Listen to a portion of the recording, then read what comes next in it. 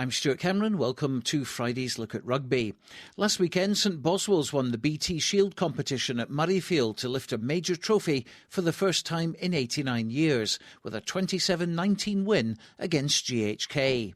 They went 24-0 up at the break but let their Glasgow opponents back in. They held out, though, to retain their 2-year unbeaten record and lift the National Shield to go with the Border Shield they won en route to the competition, the East League 2 title and the Borders East League Team of the Year trophy.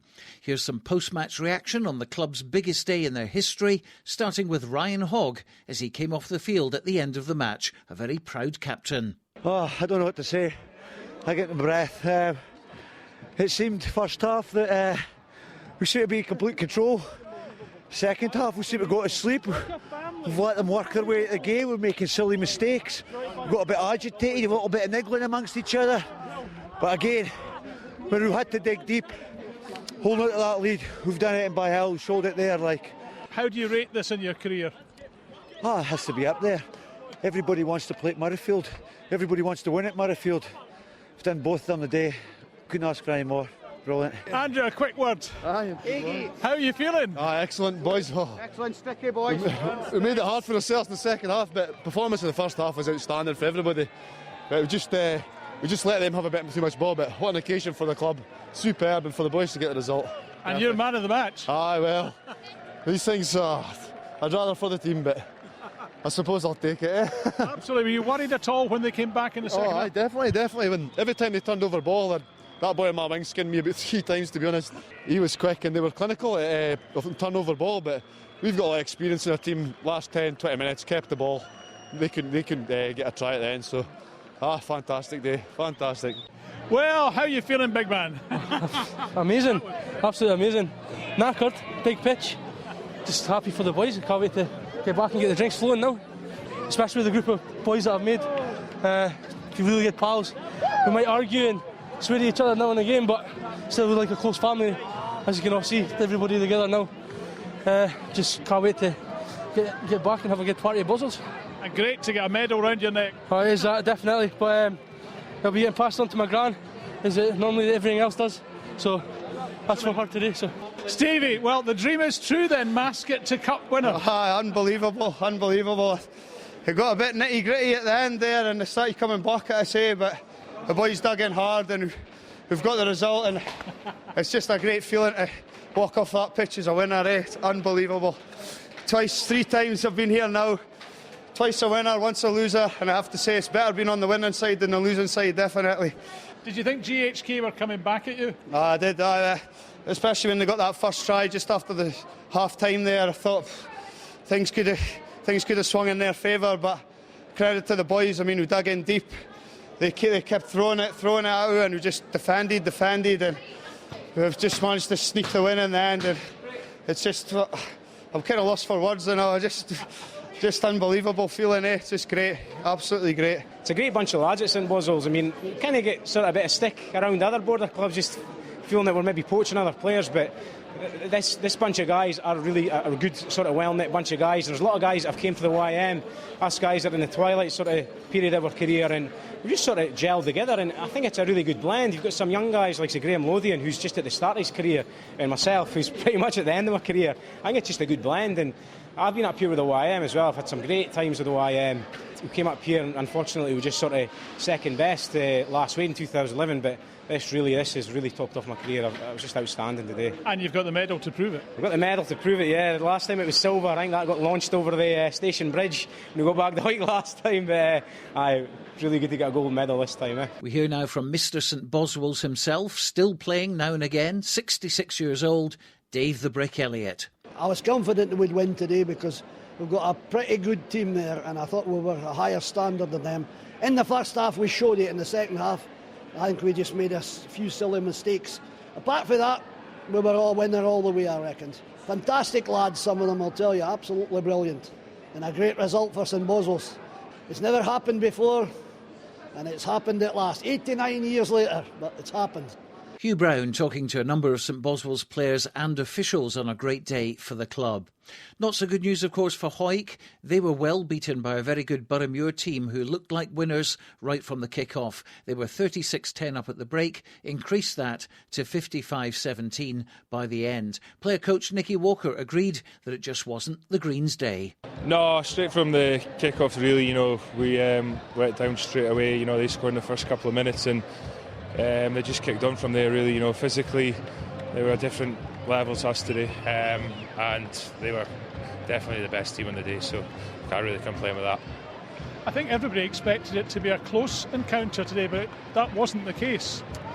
Yeah, I think so did we. We obviously think maybe we got tactics a little bit wrong, and we never fronted up, and we never really got back into the game after the start, as I said before. And it's a difficult one to take, but we've came a long way this season, and we've done well to get to this cup final, and we'll learn from today and hopefully move forward into next season.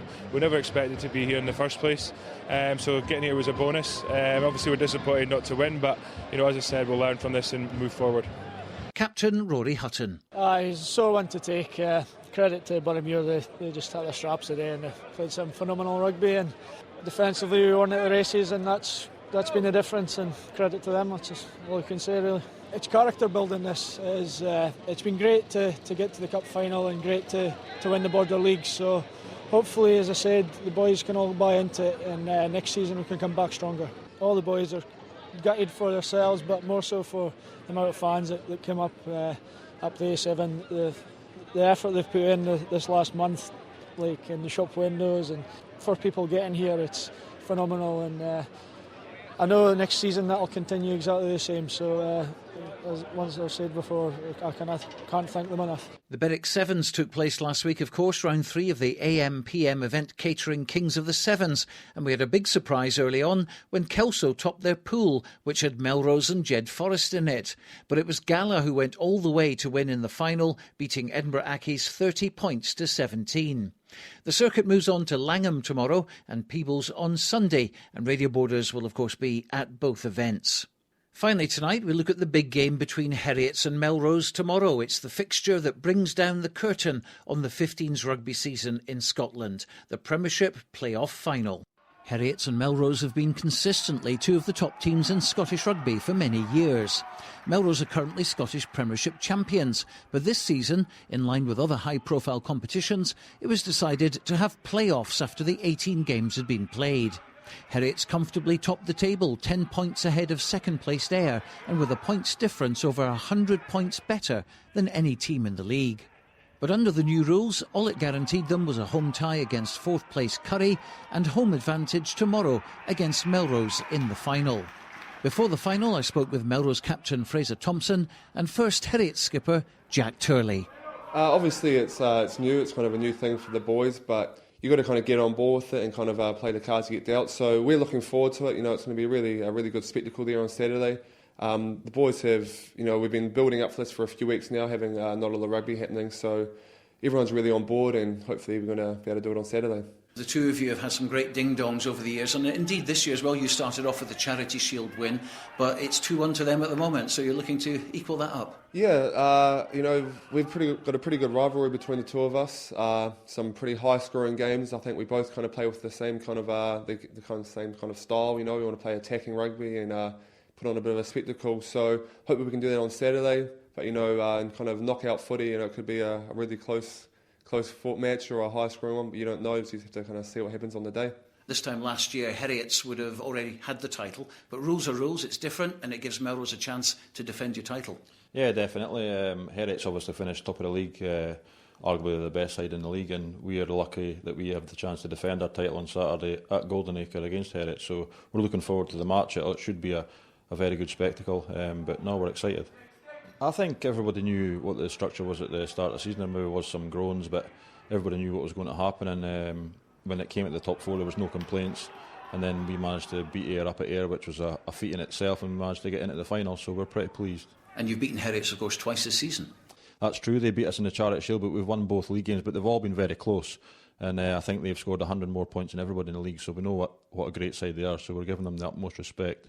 But we believe that if we play to our game plan, then we've got the players in our squad to get away with the win and maintain the trophy. A few days ago here at Murrayfield, which is obviously where we're talking now, we had over 10,000 people here for the Cup final, where it was obviously Hawick and Boroughmuir, two other Premiership sides involved with that. Would you like to see the league playoff final being at Murrayfield as well, or do you think home advantage to the team that finishes top of the league is the way to go? Obviously, I'd say I'd like to see it at Murrayfield this year, but if Melrose were to finish top of the league, I'd probably want it to be at the Greenyard. So, no, I think HERIOT'S deserve to have the league final at their home ground as they finished first. But I don't know, a home final, I don't know if it makes that much of a difference. Like, it's a final, it's a one-off game, anything can happen. And we're going up there with the mentality that it's just a set of grass with some posts, and I don't think it's going to make much of a difference. Obviously, it'd be nice to play at Murrayfield, but we love kind of getting down in Golden Acre and having a run around there. It's a great track, you know. It's in beautiful nick at the moment. The ground staff have done a lot to do that. And as kind of players, it's your home ground, you know, so you have that kind of home ground mentality, which kind of hopefully will kind of add to it come Saturday. So, you know, it's great. We love it down there. It's probably one of the better tracks going around in Scotland at the moment, so we couldn't ask to play on a better field. How have you prepared for this one? Because effectively there's not many 15s matches going on at the moment. Yeah, exactly. We've had a couple of just hit-outs just amongst ourselves during training, and just to keep the body ticking over with the contact aspect of things. Obviously, HERIOT'S had that game against the Barbarians on Tuesday night, so we came up just to watch that, and we trained last night and we're training tonight, and then it's into Saturday. But we're really looking forward to obviously finishing off the season on potentially a high and retaining that trophy. Now, interesting that you said you were at Golden Acre for the match on Tuesday. How does Melrose kind of view that one? Because originally the playoff final was going to be before that, and that was going to end their season in celebratory style against the Barbars and no pressure and all the rest of it. Them having a game on Tuesday, just a few days before a very, very important game indeed. Does that favour Melrose? I don't really know. I think I was speaking to Jack before, and I think it's probably it's 50-50. Like, it's done them a world of good to get. It's like a training session almost. So they've got some good contact in there, and it was a very good spectacle for them, nonetheless. But I think Saturday, like, everything goes out the window. It'll be 80 minutes, and it'll be right to the end, to the wire. And I don't know who'll come out on top. But it'll hopefully be Melrose. A lot of people are saying there's no way you would have conceded 97 points had it been after the playoff. Is that fair comment or not? Well, you know, they were a great side. They definitely came up and played a pretty good brand of rugby. I suppose in the back of our mind there was the final on Saturday to kind of maybe put a few kind of second guesses in people's heads, but we tried to give everyone a run out, trying to keep our players fresh for Saturday. So they might have come into the equation, but at the end of the day, you know, the Barbars played a pretty good game and obviously put us through our paces a bit. Biggest game of the season, isn't it? Yeah, definitely. There's no bigger game, like I said before. Like the cup final here, it was massive. There were so many people. I think there'll be a lot of people at Golden Acre on Saturday, and it is by rights the two best teams in Scottish rugby at the club rugby at the moment, and hopefully it'll be a spectacle to watch. But it should go right down to the wire, as I said before, and it'll maybe be the team who makes the fewest mistakes will come out with a victory. Last year it was out of your hands. This year you can do something about it. Yeah, that's right. I think we spoke on last night at training about being able to control what we can control, and it's in our hands, as I said. But there's 23, 24 guys from HERIOT'S that are desperate to win the title, so they'll be the same. But as I said, we'll wait and see what happens on Saturday come 5 o'clock, but we'll hopefully be taking the trophy back down the 68 to the Greenyards. And we wish Melrose the best of luck in trying to bring the trophy back to the borders. Also tomorrow we'll find out who'll be playing rugby in the Premiership next season, as there's another playoff going on tomorrow between Stirling County and GHA. The winner will be in the Premiership, the loser will take part in National League One.